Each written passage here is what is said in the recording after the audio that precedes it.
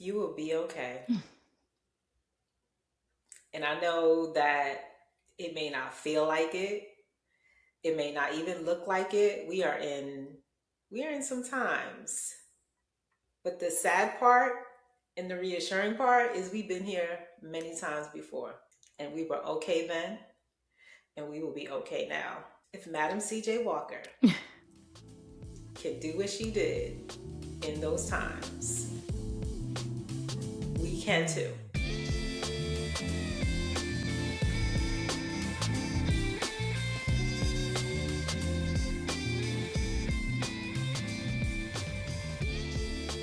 Today, I'm kicking back with Candice Jackson Long, the founder of CJL Consulting Group. Candice is a marketing strategist and a messaging expert who helps consultants and professionals turn their expertise into a thriving business. She joins me at a time when over 600,000 Black women are no longer in the workforce and are thinking about turning their expertise into a business of their own. In this episode, we're breaking down the number one reason why consultants struggle with their marketing, how to attract clients that you actually want, and how to build a visibility strategy that builds a business and not just a following on social media.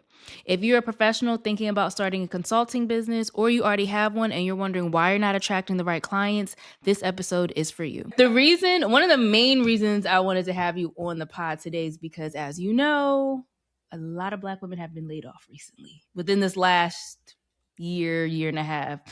The original number was 300. I've been seeing numbers up to like 600,000.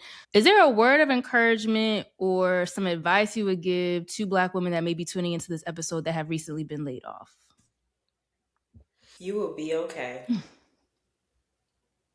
And I know that it may not feel like it. It may not even look like it. We are in some times. But the sad part and the reassuring part is we've been here many times before. And we were okay then, and we will be okay now. If Madam CJ Walker can do what she did in those times, we can too. You can. You can. You will.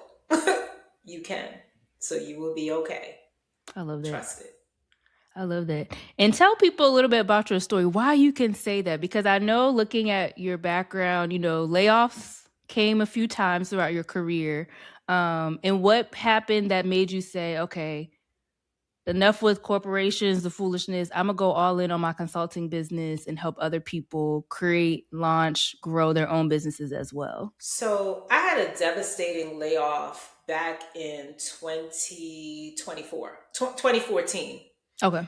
And the reason I was told was I didn't have enough passion for the industry, whatever that meant. Even though I was delivering, I didn't have enough passion. So that layoff was devastating because at the time I was a single mom, and where I live, I have no family. It's just me and my son. Mm-hmm. And if I did not make it, it literally meant uprooting my son's whole life.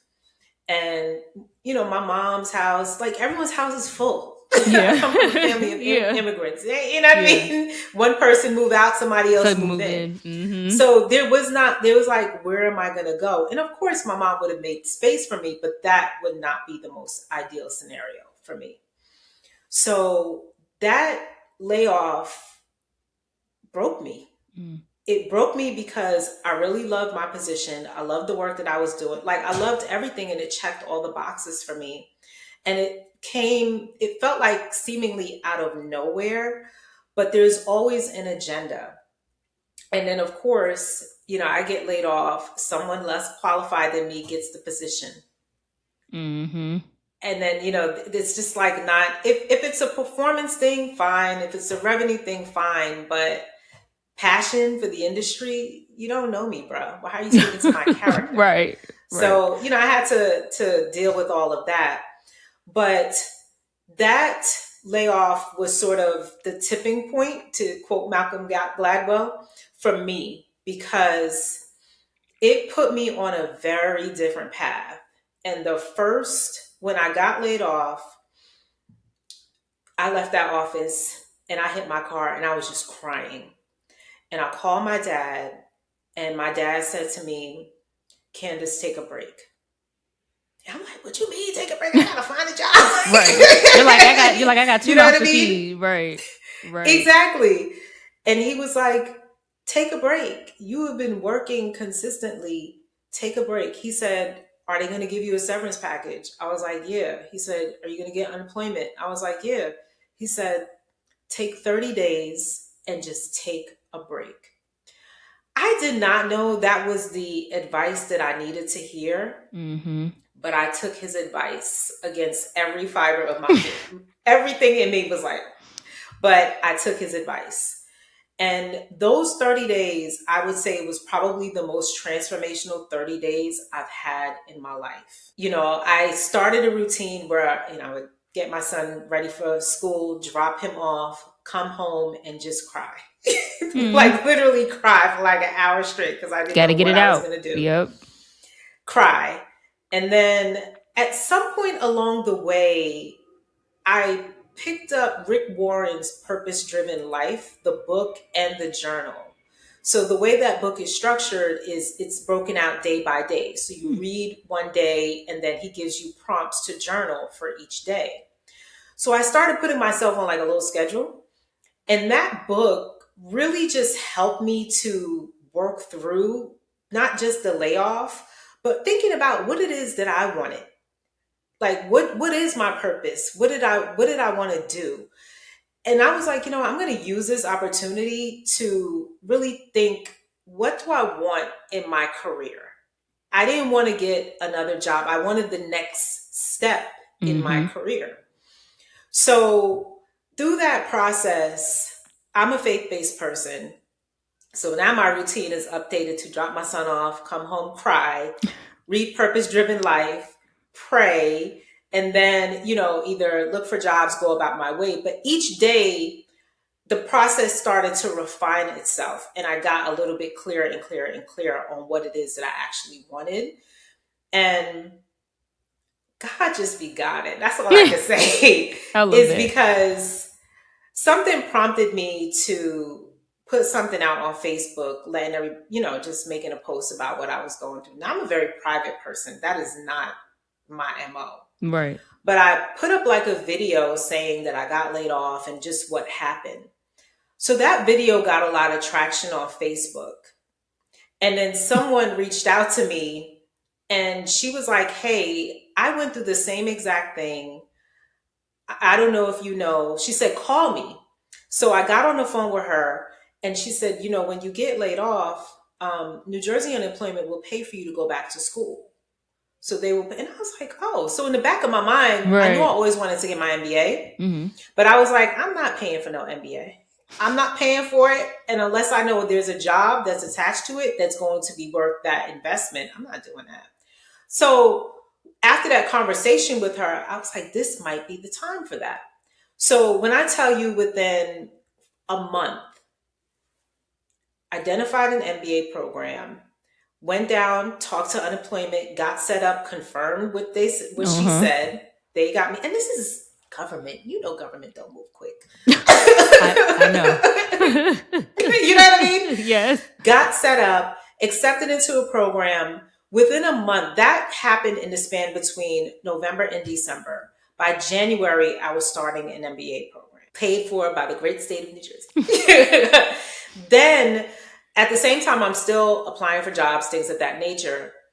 I land a job that ends up doubling my income, is the next phase in my career, and also offer tuition reimbursement. Oh, nice. So that for me showed that two lessons I walked away with. First of all, I'm never going to let any company put me in that position again where my whole livelihood is literally sitting in the hands of someone else. That is never going to happen. Secondly, that situation really solidified my faith. Like it just solidified my relationship with God, what I believe God for, and to trust him to move in certain ways, how he will make stuff move. And it taught me that one of the things that my pastor says all the time is that he speaks on this principle of exceptionalism. And it's the belief that what happens to them does not dictate and determine what happens with me. And I've lived that every step of the way. That's why when you ask that question for Black women, what's going on right now, I live the principle of exceptionalism because of who my father is. Mm-hmm. And that's the walk that I walk. I love that. And I guess too, you could say that time period was devastating at the time, but maybe looking back on it, it was a God move because it set you up for where you would eventually be.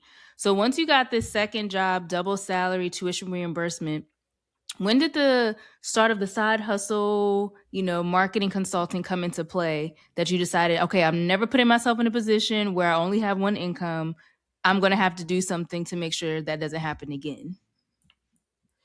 Yeah, so all people know what I do, and I also volunteered a lot in my community. Mm-hmm. So people knew I did marketing, and they would ask me to help them with, certain things in their business and things of that nature. So once I realized, all right, I could do this, a couple hours here or there, Yeah. freelancing, and it wasn't too cumbersome, I started to take that work on because, like you said, I can't just have one revenue stream. That's never going to happen. Right. But I earned a very good salary. Like I Yes. love She was like, six it was a figures is cute, it was a nice. You cute know what I coin. It mean? was a cute coin. Yeah, you know what I mean? Yeah. Pay for trips and get your nails done, nothing, Yeah. whatever. So I never really thought of it as a business. It was just, this is cute. You know what I mean? I do marketing full time. I'm not trying to have it take over my life. So that for me, it was enough.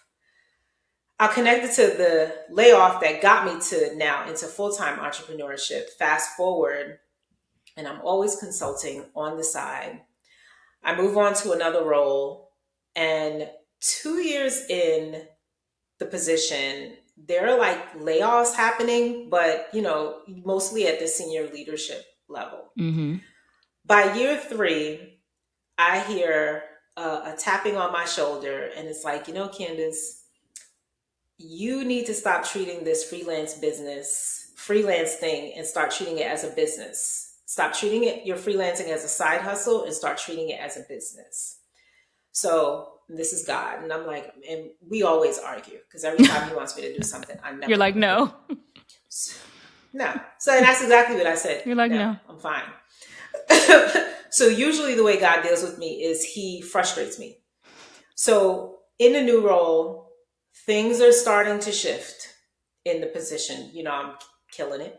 And usually when you start killing it, the temperature changes. And then I see more layoffs starting to come. So I was like, okay, let me go ahead and establish this as a real business, but fully intending to still continue to work full time. When the layoffs start happening and getting closer and closer, I have a conversation with my husband and I say to him, hey, I'm probably going to get laid off. Now, the reason why I pitched him, I said, give me a year to do a business full time, because I was curious to see what would happen if I just went all in on myself. Mm-hmm. Because even though I was ascending up the ladder, I still kept hitting a ceiling. That ceiling. And it's like whenever you're asking about promotion, the Yep. goalposts just kept moving, and it's Mm-hmm. always something else, or it's never really clear, you know what I mean, what the path is to get there or who's going to help you get there. So I just got frustrated with, it's either a ceiling or a layoff for some excuse or whatever. So I was just like, well, let me see what would happen if I just went all in on myself. Give me a year. My husband agreed. He was like, I was just waiting for you. when were you going to do He it was anyway? just like, I've been waiting for you. So exactly. But the beauty about it is that we use that time to prepare. So we readjusted our household to like, okay, what could it look like if on one income? And we started doing different financial models based on different scenarios. Okay, this is what we would have to cut if it comes down to once severances run out. And then, you know what I mean? Kind of just going through that process of the year. Because I knew, I was like, I ain't making any money to fresh. You know what I mean? In business, you're not making much money. So just to prepare for that, and I did. But what happened in that year literally blew my mind. It literally blew my mind because I started the business. I started to get a couple of clients. And in the beginning, it was very, very rough trying to figure out what is this business and What's the all these offer? things. All Like, the things. Yep. what exactly? So I had to do all the things that we have to do when launching a new product. And but then good things started happening too. I got tapped to do an international speaking tour where I did a 10-day speaking tour in Kenya, spoke to 25,000 people, and just I spoke to 300 people. So like these things that I always envisioned for myself, but never really fully owned that I can actually do it, started to happen for me. And I'm going on 2 years in business and just haven't looked back. Yeah, And I because would say 2 years working full time in the business. My business has been established, I think, going on 4 years, 4 years. but 2 years working full time. Congratulations. And Thank you. about the growth on LinkedIn. So it has been, so we are doing growth after growth every year. Okay, it's no, we're not going backwards. We're moving forward. Because you post the Yes, numbers like, oh, this yes, is what I wasn't doing in 2024, and then you're like, I won't even say double. It's like triple, quadrupled what you did in 2025. So yes, you're moving in the right yeah. direction. And I know one of the things you talk about on LinkedIn and the clients that you work with, is clarity and brand visibility. What do you think? Let's say somebody's watching this, listening to this, and they have been laid off and they're like, okay, well, maybe I can start a consulting business.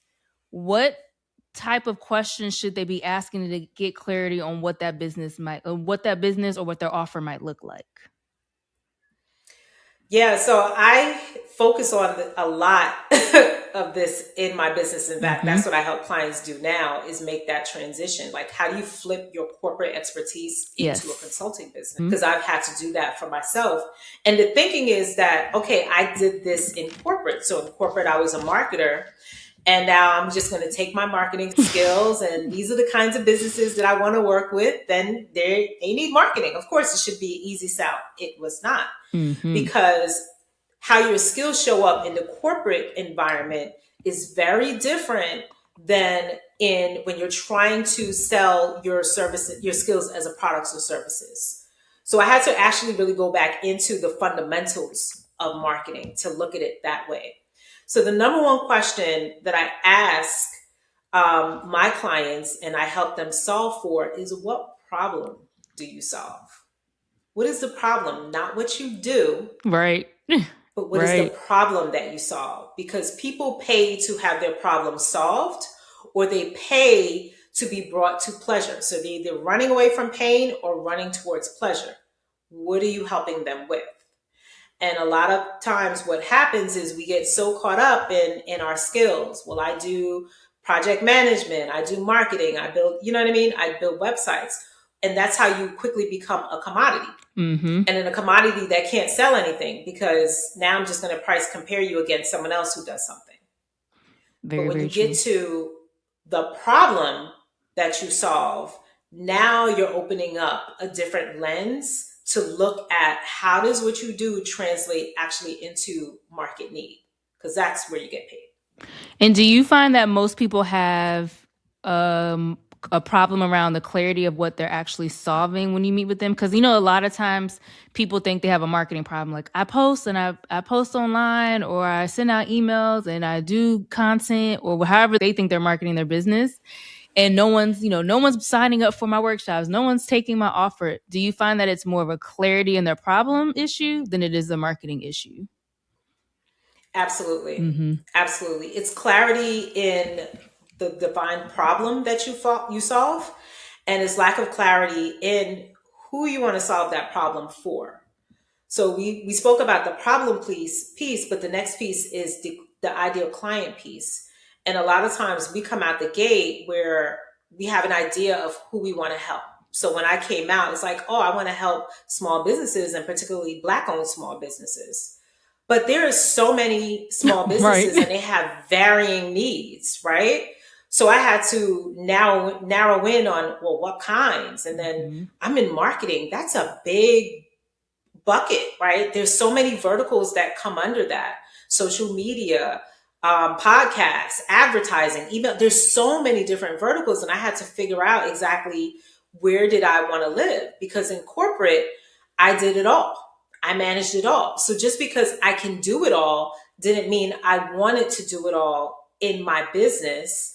And then I had to figure out what is my zone of genius? What is my sweet spot? And then how does that translate into the clients that I do want to service? So I had to go through the process of refining who is my ideal client, and not just from a demographic perspective, Right. not just from are they a product based or service based business, but who are they as a human? And then go back to, well, what problem am I solving for them? Exactly. How would you define your client? If somebody's watching this, listening to this episode, and they're thinking like, "Oh, I need someone to help me clarify my problem, the marketing for my business." How will they know if you're the person to help them with that? So my clients that I work with, they are either in corporate now or they've exited Okay. corporate. They've already started consulting. They've worked with one or two clients already. The problem that they're facing is they don't have two things. They're not even really sure how they got those clients in the first place. Like They're like, they just showed up. Mostly it's from like a referral, or someone kind of liked what you do, but they didn't really have a full understanding of what you do. And if you were honest, you ain't really have a full understanding what you do either. But so you have that corporate background and you're using it already. But you want to now build consistency around your business. You want a consistent client pipeline. You're posting on social media, but you want to understand, how do you grow on social media in a way that grows your business? Not posting so you can go viral, but Right. posting so that you convert clients. Right. You know what I mean? Yes. And then how does posting actually support your business? So many of my clients that I work with, they're authors. They speak. Some of my clients, they are not even on social media, because the clients that they're servicing, that's not how they buy. So that is the sweet spot of clients that I work with. Which goes back to also helping your clients understand their audience, because a lot of people think they have to be on social media to reach their audience, and it's like, your audience may not be there. So being on social media may not be Very much so. necessary. Very much so. Marketing has been distilled to social media, but really it's just, social media is just a distribution channel. But marketing and marketing strategy is the part where I live in. It's really defining who and what is your market. Where is your market? You know what I mean? So most of the times people jump to the marketing without really understanding their market, which is the problem that you solve, the ideal client, how you do it, and the transformation you provide them. That's your market. Everything else is your marketing, posting on social media, even writing books, speaking. That's all part of building your audience. But if your audience doesn't know, why am I following you? What are you Right. actually doing? Like, how are you helping me reach my goal outside of, oh, you said something that resonated, but am I coming back to you? Again, what problems are you solving? That's why people are on social media. People are on social media either to be helped or entertained. You got to pick a Facts. lane. Facts. That is true. And I think when it comes to solving the problem, that's the foundation. If you don't take anything else from this conversation, is the foundation is to know your audience and know what problem you want to solve. One thing I'm curious, because I know depending on your audience, right? Like your clients, some of them may need to be visible depending on what it is that they, their business. Why do you think so many women that you work with in corporate, men too, have a problem with being visible? Because I know that's a conversation that comes up a lot, especially on LinkedIn, about being visible. We talked earlier about expanding your reach, doing multiple channels to do that. Why do you think so many people struggle with visibility and showing up, as the face of their business, or just putting themselves out there in the first place? There are a number of reasons why. The first of which is judgment. Mm. Visibility, it comes with a responsibility. right? It comes with putting yourself out there for judgment. Mm-hmm. And we're human, right? Our default is we want to be liked, we want to be accepted. So no one wants to put themselves in a position where they're going to be scrutinized or where their opinion will be challenged. We see it every day on Yep. social media. You see trolls, you see how nasty people can be just for the sake of clickbaits. We see people dragged. And then we also see people lose opportunities based on what they said. There are real costs to that. I'll share a quick story with you. When I started my entry into becoming more active on LinkedIn, it caused a little bit of a problem with my employer at the time. They Really? had a problem with it. Yeah. And it was just like, first, they didn't want me to do it. Uh-huh. And then my argument was, I'm a marketer. My content is about marketing. It's not saying anything derogatory, any of that. But they had a problem with that. We had to work through it. You know what I mean? So there are real costs to that with being visible. Which The is second, interesting. Oh, sorry to cut you off really quick, but which is interesting to your point, because when I talked to Portia, she was like, corporations should be using their employees to create content online to promote their business. So I'm surprised if there's, if they were upset about that. yeah, and I love, Portia is exactly right, because the best brands, they leverage their employees. Mm-hmm. They leverage their employees. There's a nuance there, and Portia can most likely speak to it better than I can. Your social media profiles, your organization don't own those. You do. Right. And you get to choose how you leverage them and what you use them for. There was no policy that I signed, or I'm not contractually obligated that what I post on my social media has to be promoting the company. Now, if you want to, we can renegotiate that. Right. That's fine. Right. What that looks like, but you know what I mean? Mm-hmm. And if you're an organization, a smart one, you would be leveraging your employees in that way. But this particular organization, some are just short-sighted, you know?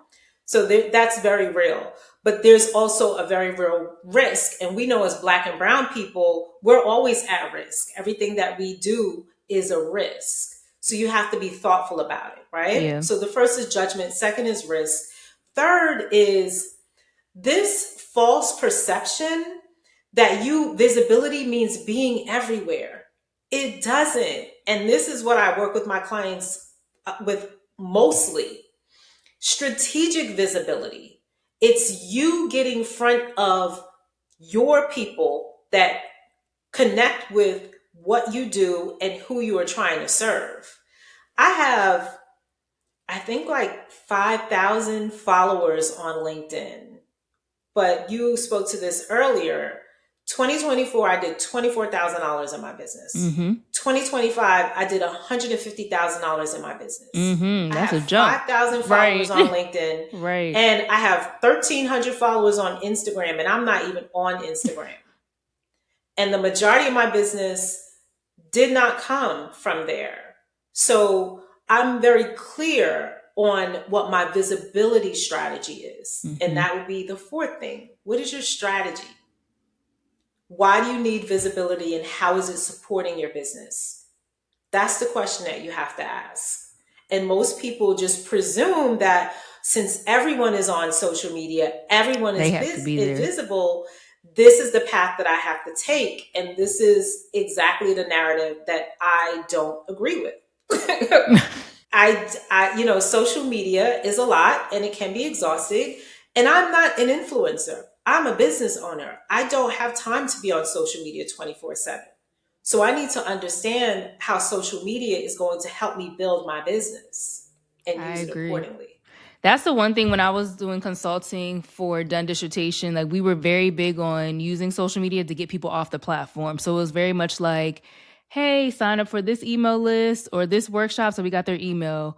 If they signed up, we also got their phone number. So we were sending messages to them, throughout the week, motivation. We used it as a way to nurture the relationship. So it was like we were sending affirmations every Sunday just to keep them through the dissertation process. But it was always came back to, we're on social, but how do we get them off the platform as quickly as possible so that they're in our ecosystem of email, text Yep. message, however else we're going to market outside of those platforms. Because otherwise, it's a rat race. You're just in it going, feeling like you're going nowhere. Exactly. And if you don't have a plan or a strategy, you will be exhausted Mm-hmm. and kind of disappointed. Since you've been 2 full years in business, what was some common mistakes you think consultants make in their first year of business? Either from like a marketing side or just a business owner side. Oh man, so paying too much for getting stuff like websites built Mm. and logos and that kind of stuff, the branding stuff, Mm-hmm. photos and all of these things. I spent a lot of money on those aspects because I'm a marketer. That's what I'm trained to do. Looking back, I didn't need to spend a lot of those funds on Yeah. those aspects because just a lot of stuff was not figured out. Yeah. And a lot changes very, very quickly, especially when you are really digging your heels in your business and trying to grow it, trying to understand it, trying to get better, trying to figure out your clients. You're going to have a lot of new revelations and a new perspective and a new clarity, points of clarity, where what you say on your website is going to constantly change quickly. I think the other biggest thing too is not having a plan for how you are going to build your audience. It is not, I'm going to post it and they will come. That's the philosophy you so many know, believe, though. and that is what we are trained to believe, but it is not the case. And so if you don't have a plan for how you're going to build your audience that you can eventually sell to, you will waste a lot of time on things that do not move the needle in your business. The third thing that I would say, the biggest mistake that I made, and I don't want to call this a mistake, but it's a Mm-hmm. learning, especially with high achieving professionals, which is me and the people that I service. We love to learn. Mm-hmm. So we sign up for every coaching program, every course, you downloading all the templates, and we are just over indexing on mini MBAs in content funnels and da da da da. You know One what I thing we're mean? going to do is So consume. one thing we will consume, that you nailed it. That is one thing we will do is Is consume. consume. And we over index on consuming instead of executing. Mm-hmm. So I spent a lot of time, going through courses, and I wouldn't do anything else until, okay, let me just get through this course Yep. first, and then I can launch this. Let me go through this, and so the problem with that is, yes, you're acquiring knowledge, but you're not acquiring the kind of knowledge that you can only gain when you execute. So that's why when I'm working with my clients early in the process, I have them going out, you're going to talk to the market because we Yes. can sit here and theorize what we believe your customers want, and we can ask Chat GPT and act like they know any better, but you will not get any better data than talking to people. It does not get better than that.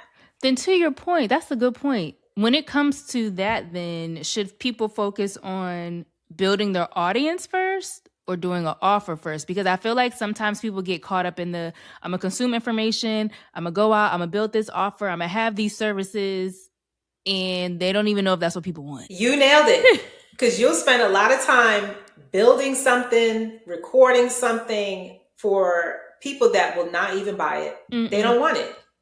So I always recommend talk to 10 people first and just talk to them about their problems. And then if you have an idea for a thing, pressure test it with them. It costs you nothing. Yeah. And then I come from the innovation side of marketing, which means that from launching products that are in the ideation phase Mm-hmm. to full scale launch. So these are just ideas on paper.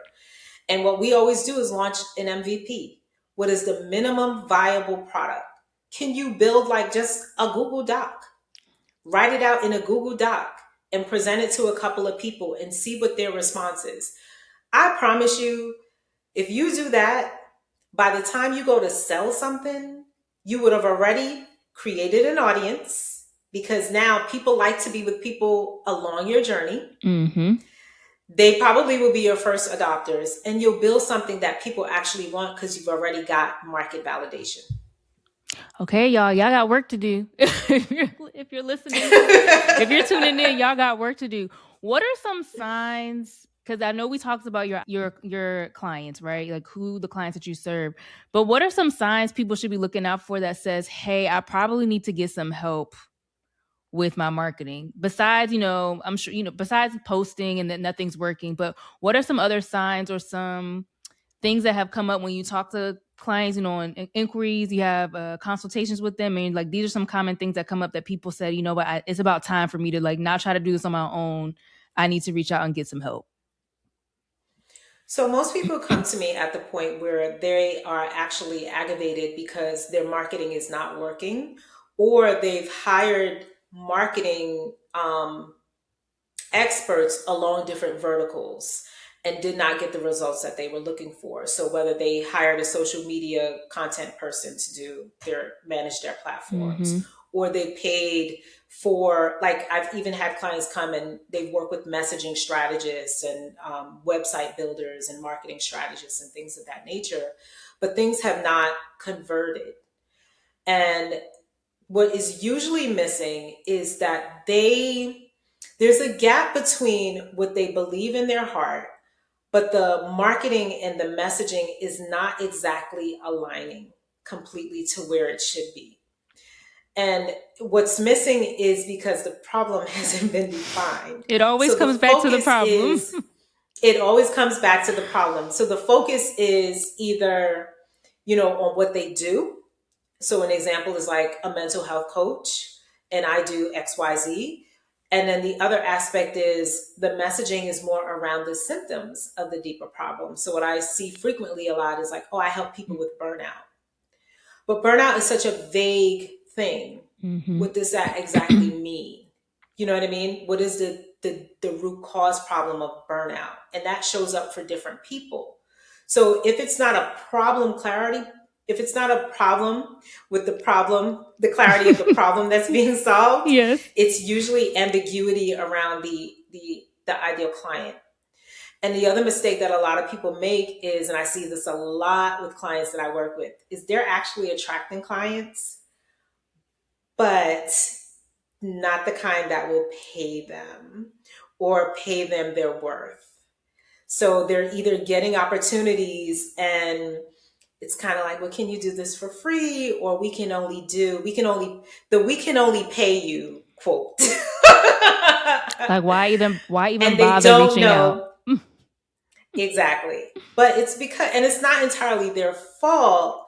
It's the perceived value of what Mm-hmm. you do is in the nice to have box, not in the need to have Mm-hmm. box, which is why we can only pay you X amount of dollar is the line that you get. So your services are undervalued because you don't know how to position it.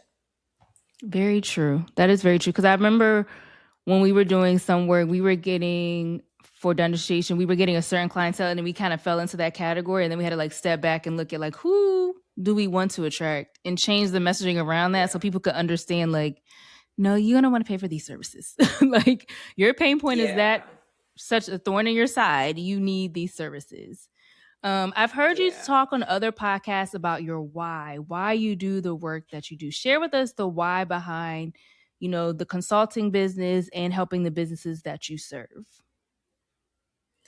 So I believe that small businesses are the lifeblood of the American economy. The GDP supports that, but more specifically, when small businesses thrive, our communities thrive, our schools are better, employment rates are better, and it's just a shift. Mm-hmm. The other reason is that for my mission is to help as many Black and Brown businesses grow to become global brands, because I believe that we are the solution that we are looking for. I know way too many talented experts. Like each client that I work with, their business is the answer to a problem. Like one of my clients, she is a dementia care specialist. Oh. Her expertise is in opening up memory care centers. And she started her business because she wants to help more families deal with loved one dementia care. And the gap that she recognized is that these home care agencies, they're not really trained in dementia care. So for me, with my why and my business is like, okay, when I help you become a household name, that means how many families you're going to be helping and saving? How many families will be helped and saved because of that? My other client, she's an operations guru. She helps small businesses optimize their internal systems for revenue increase. How many businesses, now we're talking about GDP, how many ROI, how much increase in revenue is she's going to help these small businesses unlock within their existing infrastructure by improving their systems? Those are communities impacted. Yep. Those are more jobs created. So I like to look at myself as, the dominoes, just the first one That's all it knocking takes. down the others. That's all it takes. That's all it takes. All it takes is one. That's Exactly. all it takes is one. Exactly. And I love that because that's one of the reasons, which I've shared before in other episodes why I started the podcast. I'm like, if I can just get one person that's a new client for you, that generates, right? You have a new client, you can impact their business, which will impact their communities. It's just a ripple effect. So I love that when I saw you say that on another podcast, I said, I need her to say this again. I need people to understand why we're so passionate about helping the businesses in our communities. Then it reminds me of that post you had on LinkedIn about, Black Wall Street. And we were talking about, Wakanda and all that stuff. And I'm like, if we could get back to that, if we understood the power of our dollars and the powers of community and being there for one another, we could recreate all of that and we wouldn't have to rely on anybody else. But that's a rant for another day. Girl, don't get me started. I know. We're going to head into rapid fire. Just 2 questions before we wrap up. The first one is, where's your favorite place to travel? Because you like to travel. What's your favorite? Oh man, that's hard.